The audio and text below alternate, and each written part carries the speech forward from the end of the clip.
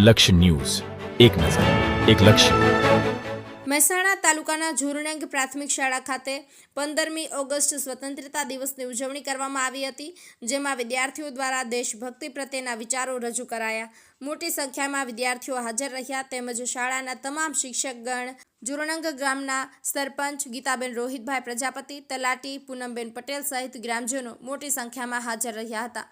સિદ્ધરાજજી ઠાકુર, મહેસાણા. નમસ્કાર. આજના કાર્યક્રમ વિશે જણાવશો? હા, આજના અમારી ઝોણંગ ગામમાં ઝોણંગ પ્રાથમિક શાળામાં આજે જે સ્વતંત્ર પર્વ આપણો આઝાદીનો દિવસ, એ આઝાદીના દિવસે વહેલી સવારે અમારા આ ઝોણંગ પ્રાથમિક શાળાના પટાંગણમાં ગામમાંથી પધારેલા સરપંચશ્રી, એમનું સભ્યમંડળ, ગ્રામજનો, ઝોણંગ પ્રાથમિક શાળાના આચાર્ય સાહેબ, શિક્ષક